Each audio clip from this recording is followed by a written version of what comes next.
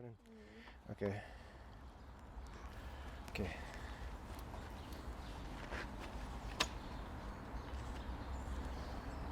Perfect. Rolling. Cool. Do you remember the first song that made you want to dance? Ooh. Oh. Whoa. No, I think the reason I don't, do you know the thing that I discovered recently? I think in my adult life I thought dancing was like this thing that we did, that it was like a construct that we kind of came up with. Like it's like, oh, you learn how to dance, and you do that. And then I recently saw my wee niece start to dance, and she's like when she was really, really young. And it's like when you see babies dancing, you realise it's not just it's not something that we learn and then we do it and we perform it. It's like, it's primal. It's like, you know, it's visceral. And I think like, so I don't know. I've got memories memories of experiences of getting over the sort of awkwardness as an adult, as a teenager or whatever, of being like, all right, I'm going to dance and enjoy this. And like, but I always felt pretty clunky and weird about dancing when I was younger. Like I always felt pretty awkward. I remember being at my cousin's wedding when I was like maybe 13 and like wanting to dance, and it was Born Slippy by Underworld. And I wanted to dance because I really liked the song, but I was like also like too cool in my head that I was going to dance. Like, nah, I can't. No, man, I'm into Korn and Slipknot as well. So like, we don't dance, we mosh. So like, I never. Did you say that out loud? I said that out loud. Yeah, I had a T-shirt that said that. Don't dance, I mosh. What about you? I don't know, but it's like really, really nice seeing like kids so young dancing so naturally, and it definitely is something that we learn to be embarrassed about, or we learn to kind of like try and confine it. And it definitely is a rite of passage as you get older. Like you dance privately and then you like dance formally, and then you kind of escape from that, maybe like later teens. I remember feeling quite self-conscious about dancing when I was in like maybe first or second year at uni, and then meeting some pals that were not, and that being alcohol helps. I mean, alcohol does help. I think of the experience, it's like when you see someone doing really stupid shit and like you're just like, right, fine. Me dancing is not going to be any stupider than what that that they're throwing up in a corner over there. So like there's a kind of like, I'm okay, I'll be alright, I'll be okay dancing, nobody's watching me. And like, but I think that's when that cathartic experience, that sort of like, it goes from being this performance of like kind of awkwardly like, is this what you do, are my arms doing the thing that you're supposed to do when you dance, and then suddenly you're just like, you're moving, and it's like start to sweat and just feel that experience. And that's like yeah, that's, I don't know, I feel like I the songs that made me dance, and then there was like stuff, there was experiences that gave me that experience of just like, this is what I want to make music for, and this feels good, you know. So you probably get that as a baby as well when you hear a Teletubbies theme tune and things like that. So certainly Aviana, my wee niece, does. So. How does that like catharsis and movement you're kind of speaking about there, how does that compare to the catharsis of songwriting? Is it different or is it similar? Songwriting can be a pain in the arse, to be honest. Yeah, I would say it's definitely it's like an unconfined release. I think that especially where I am at in life, where I'm confident or I'm comfortable with expressing myself in movement, it's definitely something that I don't think about. I just feel it and I'll just move.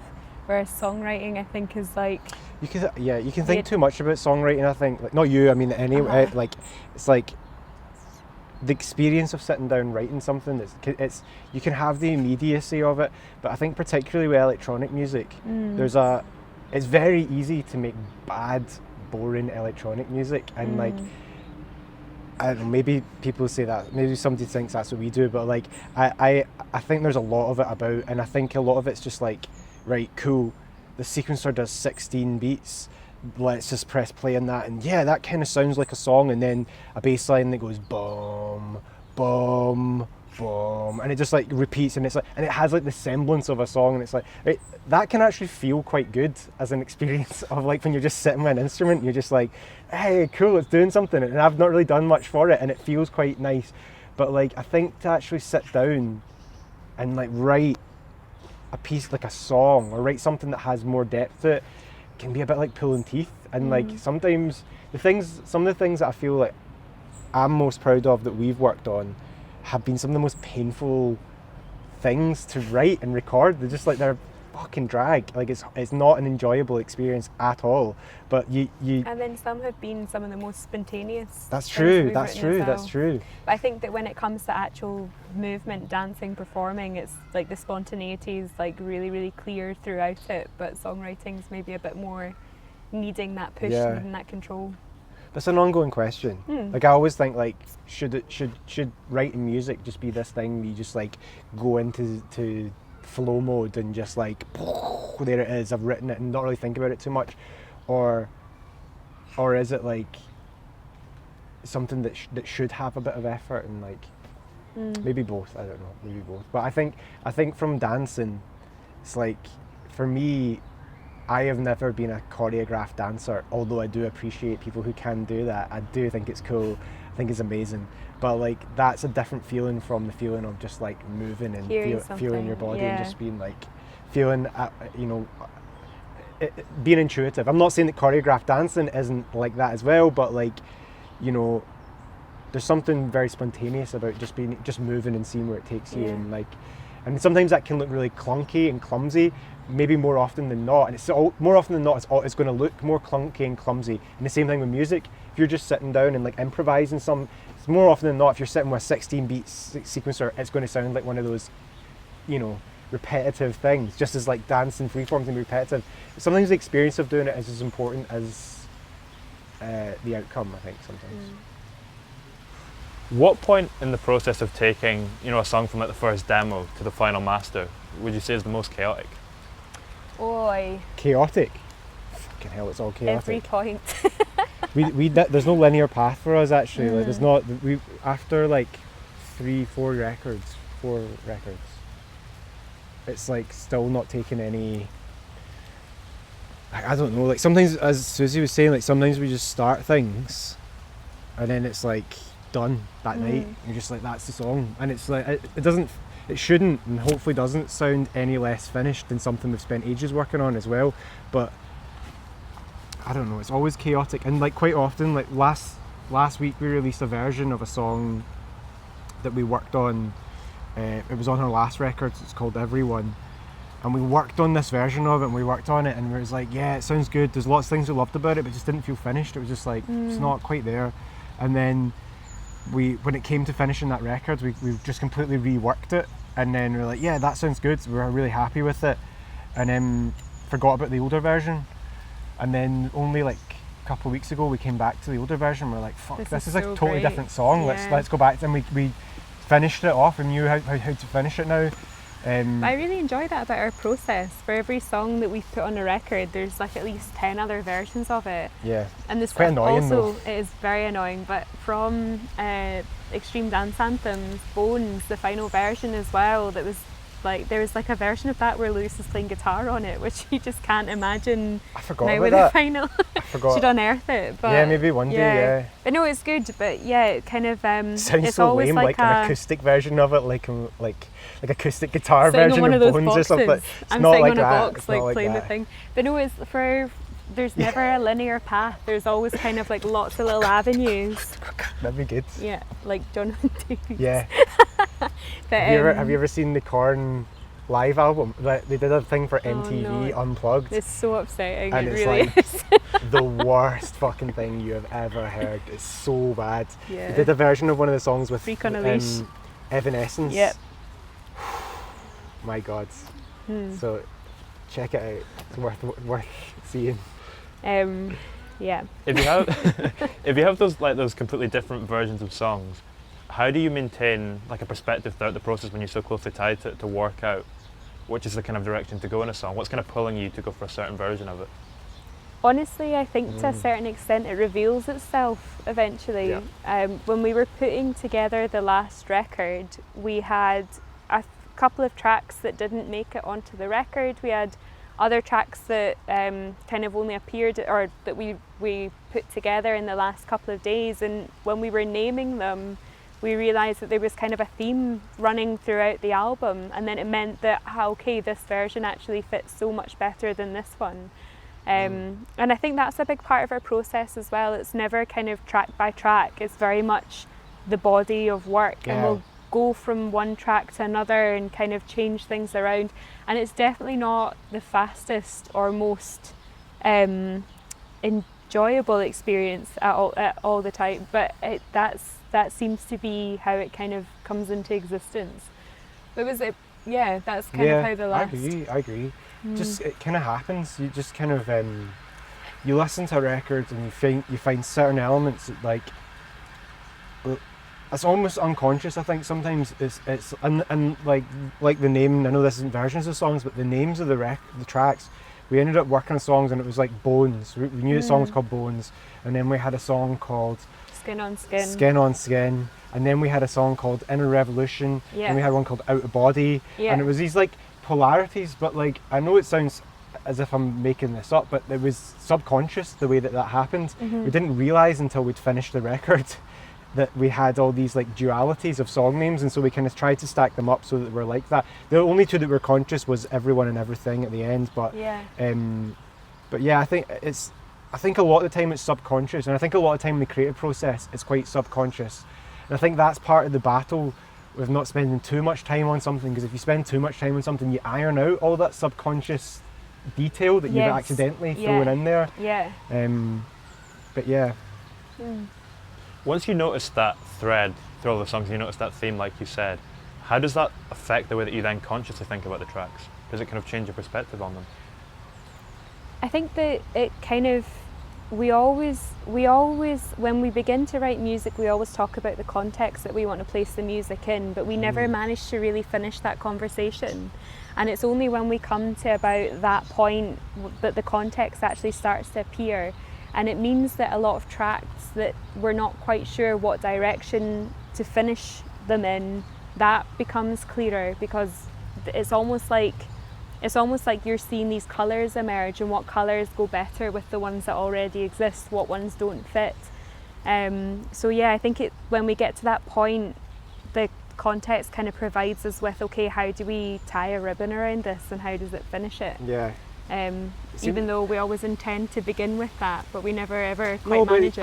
I think there's like certain things, it's like we do sometimes think about the actual process. That's just what's difficult about right now with COVID and all these things, because it's like quite often we'll start writing something and we're like, this will sound and feel good to listen to in this environment, and it's usually a communal environment with other people, and like and I think that a lot of artists, not just us, I think a lot of people we're probably going to see a shift in the kind of music that's made, because anyone who's thinking about it in those terms, like, there's no point if you're not anticipating to be in a club where people are actually having that club experience for a long time.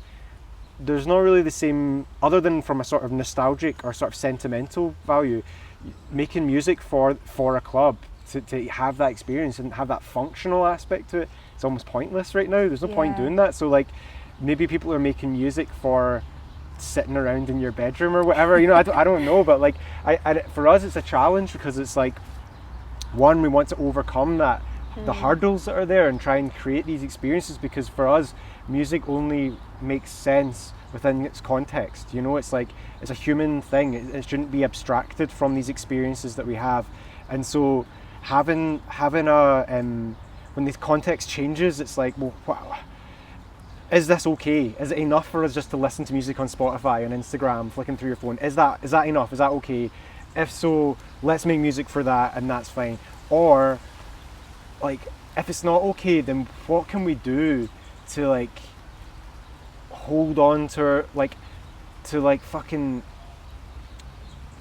like grab the shoulders of our listeners and give them some other experience, like the same way that you can do in a live environment, where you can like, there's a sort of physicality to it that's like, and it's the energy of everybody in the room and it disrupts the magic spell of normal life, you know. They sort of it's kind of like through the chaos of something like that, it's sort of like a snap of the fingers, and people, it's like, what the fuck is this?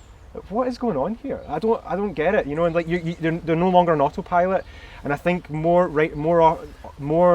than ever. We're all functioning on autopilot. We're all just kind of just like, oh yeah, this is this and this is that, and like flicking through, and everything's sort of just slotting into its place in a way where there's not room for this disruptive element, and that I think live music offers, or clubs, or like any sort of communal experience, festivals. Yeah. And that's a big part of our recording process. Is we'll have tracks which we'll play live that might not end up on the record, but just to kind of feel it out and see how it feels. And to vice play versa. live. And vice versa. Yeah, as well. yeah. A lot of tracks that we've written from improvising live and being like, "Fuck, that sounds great. People were really into it. Let's turn it into something." And it's kind of weird recording not being able to play with that. I think it's an odd time right now to be writing music, and like we're trying to digest that. We're trying to digest what are we actually supposed to be doing right now? Like, what creatively, what is where is our journey taking us? And like,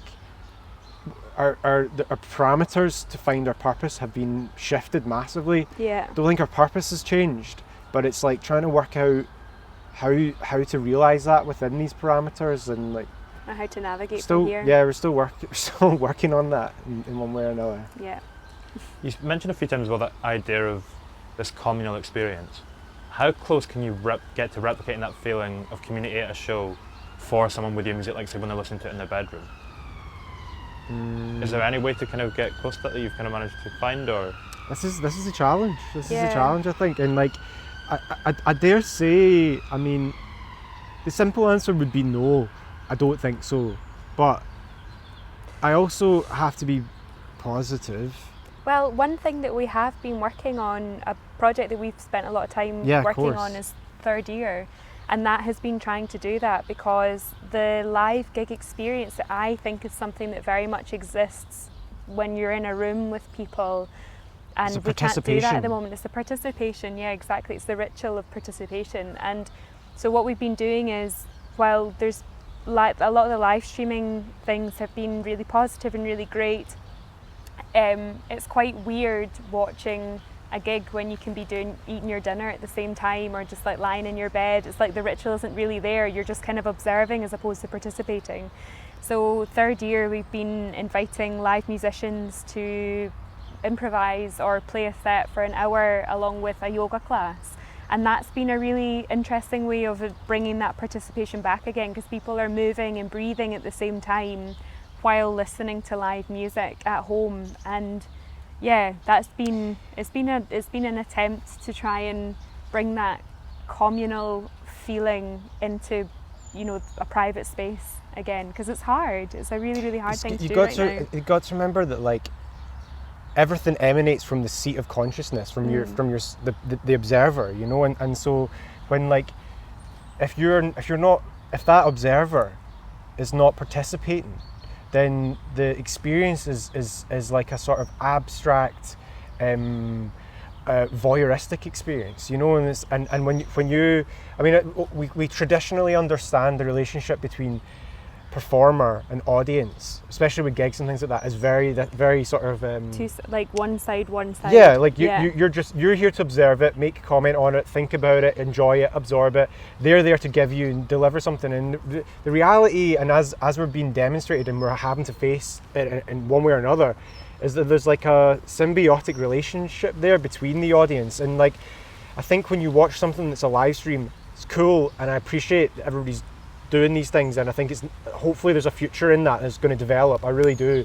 But like, the deficit is obvious to everyone, to the performer, to the audience, to the host. It's like there's something missing there. That connection's not there. And I think the connection is less about the art itself, or the artistry, or the what's being done on this side of things, but it's the participation of the observer, the audience, and that participation is like, that's what we're trying to be conscious about and trying to think about, like how do we involve people. And with Third Year, there's a participation in a way that people are participating and doing yoga, so there's like a communal experience of people all moving at the same time. And in that way you're allowing your conscious experience to be in sync with other people, even if they're all over the world, but also in sync with the music as well. And so you're not just sort of like, oh, I'm checking Instagram, but also this is on, like, yeah, whatever. It's like, we're all here just like in a gig, we're all here sharing this experience for an hour. And it's living in the present moment, which Yeah. is what happens during a live gig experience. You live in the present moment. You're there, you're taking it all in, you're not distracted. And I think the live streams, it's hard to do that. As you're saying, you're looking at your phone at the same time. So yeah, it's third year we've been trying to do that. And I think a lot of artists, just judging from people talking to, are struggling at the moment. And people say like the financial struggle, and like, yeah, it's fucking, that's real. That's a real thing. People are struggling money. We're fucking struggling because we don't have gigs and things like that. But a big hurdle that I'm not seeing talked about as much is this sort of like crisis of context, where it's very easy for people to be just like, go record your new record loads of time, go record a new album, you know, you got plenty of time to do it. And it's like, yeah, but in what context can it exist? In what context can this be meaningful to someone? Like, in what context can I does this mean more than just like 10 people turning up on a live stream and sort of half watching it through their eye? You know, the music that good artists make means something to the artist and means something to the audience. And without that infrastructure to create these like rituals, ceremonies, experiences, whether that is just sitting in your room or whatever the intended purpose of the music is, without the context for it, it loses meaning. And that's what I mean about like the sort of consciousness is the seat of this, because like it's got to go back to some sort of conscious experience at the end of the day. It can sit in an abstract, it could have the algorithm could look great for statistics on Spotify or whatever, but like if nobody's really having that powerful connection with the music, really just like means something, life-changing moment, then like what's the fucking point? We don't get any money from Spotify. You don't get it, like, I mean, you get a minute amount. You don't get the people who are making music for that reason are fucking terrible. Like, their music is bad music, and I don't want to hear it. And good luck to them, but like that's fucking shite. And like the people who are making music because of these pure experiences. I mean, the question you asked about that music that makes you want to dance, like it's a primal raw thing. You know, that's something that should invoke something in you, and music has the power to do that. And artists, musicians, at this terrible fucking hard time, and I'm saying this to myself, need to remember the potency of that feeling. That's like, okay, we can't get that right now, but like there is a point to what we're doing, you know, and like, because without the point of doing things, we can become very lost, and that's like, yeah, that's a hard thing to deal with for anyone, I think. What you've just mentioned there and what you've spoken about, at what point did you kind of come to that realization? And once you realized that and you realized what it was that made the music important to you, and what you could then made it important to you as a creator, how did that affect your songwriting once you came to that understanding and you kind of had that mapped out and figured out in your head? I think it's always been part of what I mean, this isn't my first band, and I've certainly had experiences of great creating music where that just, you watch that squirrel's going to I was ready for it to go up your leg. I think I've certainly made music in the past where I wasn't conscious of that aspect of it, and I was sort of maybe naive to what I really wanted and what I expected.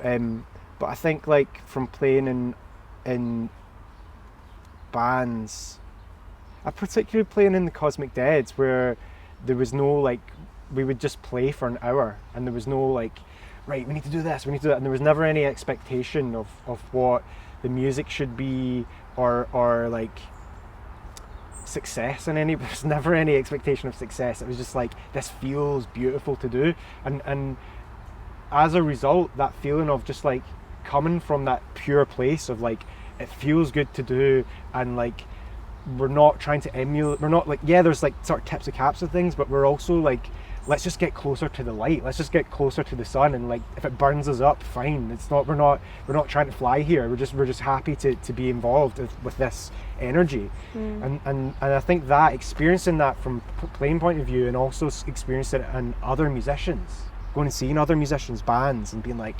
fuck, this is raw and like powerful and transcendental, and of all genres, of all, there's no limits in that sense. I think that's informed a lot our process. Sorry, I'm just talking a lot. No. So, I mean, it's interesting because we formed as Happy Meals, and it was a pure just experiment through the Green Door Studio, and like I've kind of come at it from a different point of view, where yeah, I guess there was never an intention there for it to become anything beyond what it was in that moment. But Started then as a joke, to be honest, wasn't it? It was yeah, kind of like yeah. incidental, and then we were like, Let's name a song Crystal Salutation. yeah. But I think through playing live shows very quickly, the first couple of live shows we played across a table from each other with a bottle of wine on the table and a candle, and it was meant to be kind of like this sit down experience and exchange across the table. But I had a moment when we played a show in Moscow where my keyboard wasn't working and all I had was my microphone. So I went out into the crowd with it and like danced and performed in the crowd. And in that moment I was like, this is what I fucking want to do. This is what's like, I'm being like pushed out into this kind of thing. And from there it was like, okay, what in the songwriting process, what's going to be really fun to perform in that way, as opposed to kind of just being on a stage, what's going to allow me to express myself out dancing, I guess. So yeah, it's a bit of a change. I like thinking back to that moment sitting across a table though with a bottle of wine. So different. It's different, but then like we've also since then we've done things like we toured with James Holden. The Animal Spirits, and that was like that. We did it all sat down, and it was like and more we were in line across with, from each other. Yeah, again, it was kind of actually. more like yeah. it was like a hark back to that, because the music was more like it wasn't as physically animated. It was sort of more inward, meditative, yeah. and so, but it's the same thing. It's the same. You're trying to like stir something moment. in some, whether you're physically making loud music or throwing yourself about, or whether it's just through a sort of calmness and solemnness. You're trying to invoke some sort of like feeling in someone, you know, and I think that's not something new. That's like what art started as a thing, I believe. I think that's why we do it. That's why anybody does it. That's why anybody creates art. Somewhere it's kind of getting lost along the line and with all these other elements and how we categorize what's music and how we understand it, and like, but it's I think it, like dancing things is primal, you know. That's and we've tried to, as much as we can, hold on to that rock, you know, cling, keep it primitive. That's our motto. I wanted to ask about language as well, because you sing both in French and English. Do different languages have different rhythms to them and different kind of musicalities, do you think? Yeah, 100%.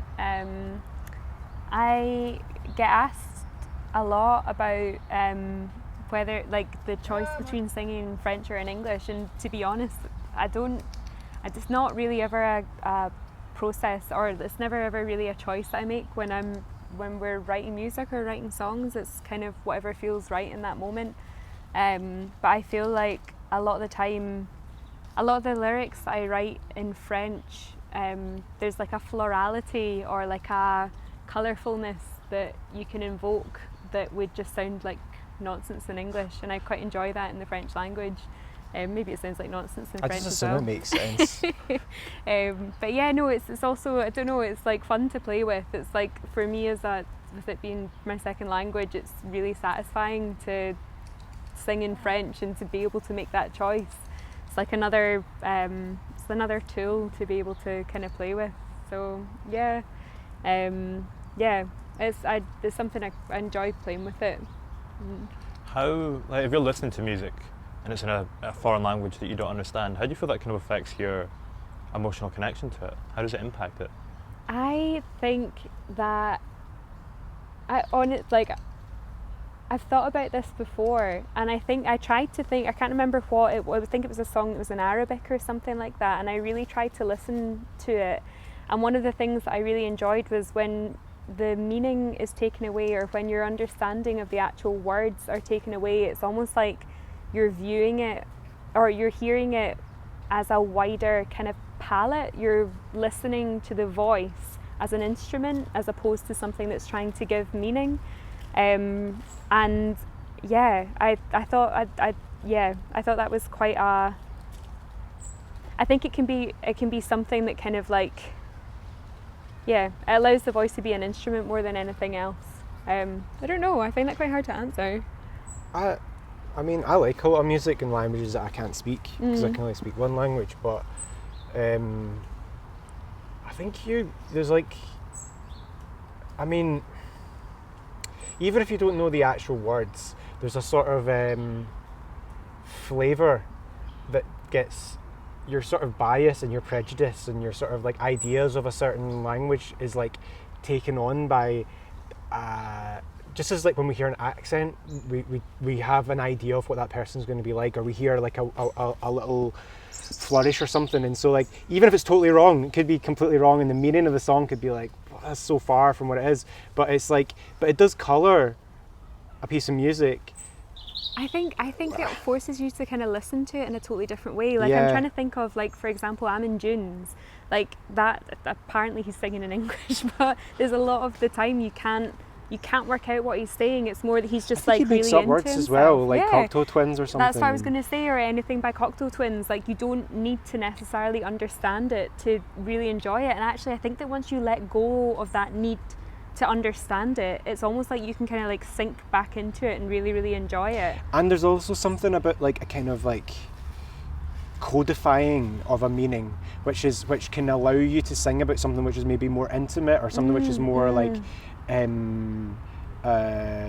something that might sound crude if it's just like, I'm singing about this and you can hear the lyrics and he's just like blah blah blah. It's like it's sometimes, I mean, I know myself writing lyrics for things, it's like It's very personal. you can, well, I mean, it can be, and it's like, but it's not just about the personal. It's not about a lack of willing to share. It's sort of like, how do you say this without saying literally what you're trying to say, or like, Yeah. or what's the poetic form of this? And like, and I think sometimes it's like language is another expression of that. So if you have another tool, I think as a listener, it's nice to learn a sort of like the understanding of lyrics, but it's sort of shrouded in this extra mystery as well. I'm like, I'm just watching all these squirrels around here. It's pretty amazing. When you mentioned there about that kind of, you don't need to understand it when you listen to it in a foreign language. Is that the same for your own music? When you're writing your own music, do you need to understand it when you're in the process and what you're writing about? No, I think that eventually you do. I think that sometimes you can begin from like a feeling or a sentiment more than actually, this is something we've talked about before, Yeah. you know, beginning from this is what I want to write a song about versus beginning from this is a really beautiful line that I've thought of, or this is a feeling that I have. Phrase or word. Yeah, and I or think like, that quite often for me anyway, it'll start from a feeling and I'll write and let the words come out, and sometimes they're not that great and sometimes they are something that I'm proud of, and then eventually it does make sense. I think you approach it a different way.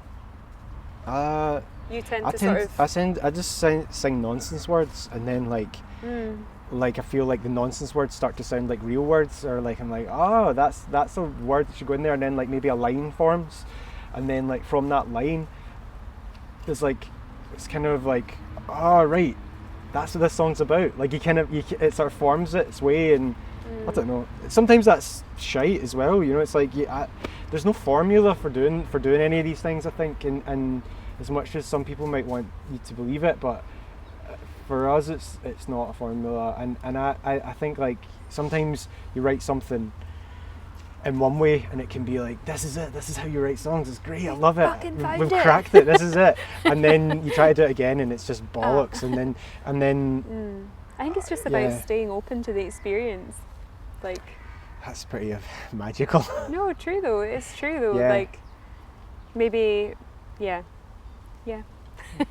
Is it the same for you musically as well? I know what you're saying about how it begins as kind of nonsense words and then it starts to turn into actual words. Is that the same with sounds? Does it begin with a certain sound that then starts to morph into something else, or how does that? It varies. Like some, like, yeah, definitely. Sometimes you're just like farting around on something and you're like, no intention of making a song, or just like playing a bit of a synthesizer or something like that, and it's like, fuck, this is cool, and like it makes sense, and you suddenly become inspired. You're now thinking 3 steps ahead or whatever. Yeah. And then other times, usually, like listening to another person's music or another song and being like, that's cool, I like that feeling, and like, how can I get that feeling? Like, what can I do to like create that feeling? And then that maybe like a wee bit of intent, I would say. Or something that you do quite often that I enjoy is like adding layer after layer after layer after layer, and the song will take a form, and then you'll start peeling off layers 1, 2, Subtractive. 3, Yeah. and then it sounds like something totally different. Yeah, and then you end up adding bits, and it sounds like you're like, oh, it's just too much right now, and then you just pull it all back to that one bit, and you're like, that's There the it chorus. That's the chorus. That sounds great. That's really good. And yeah, honestly, I feel like I felt that we would probably have worked out what we're doing by now, but we haven't at We all. We're absolutely have not. still like still farting around and still like trying to work out Yeah. ways to explore what we do, but I don't think that's ever going to change. I think that's come to terms with that. And That is our process. that's our process. No process. Yeah. You can add to like the excitement and the enjoyment of it as well, though. Yeah, I think so. Yeah. It's also the pains of it as well at times, because it's like sometimes you just want it to be done, and you're just like, if I have to hear this fucking song one more time, like it's just I can't deal with it. But then maybe that's a sign. I mean, we've done that with tracks that we're just like, I can't do this anymore, and like honestly, like the amount of hours we must have sunk into doing that song, and then just press the delete button and just be like, let's never hear it again. I'll never want to do it. Like it just didn't. And then maybe I'll come back to like the lyrics or something at another time. But it's like, yeah, it can be stressful when you don't know, when you don't have a sort of off button, when you don't have it's like, that's it, done. Yeah. I'm not sure whether I'm happy or not, but it is done. If you're not able to do that, I think when can be it's difficult. a creative thing as well, the idea of signing off on something, it has to be like a good representation. It's like you have to feel proud of it, and if it doesn't get to the point where you're like, this is it, finished, you can't sign off on it. Yeah. And that's a nice note to end it up on. Yeah. Cool. Yeah, Great. thanks very much. All right, Thank no you. worries. Thank you for having us. That was really good. I really It's my- enjoyed that. Oh, good. Yeah, me too.